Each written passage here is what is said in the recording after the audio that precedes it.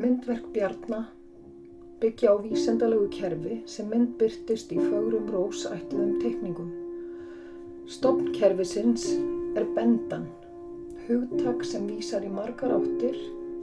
Hún eðli, háttur, hugur, sál, tilfinning, form og efni, bæði lykill og lás, myndlykill, ritlykill og hljómlykill sem opnar ýmsar leiðir til skilnings.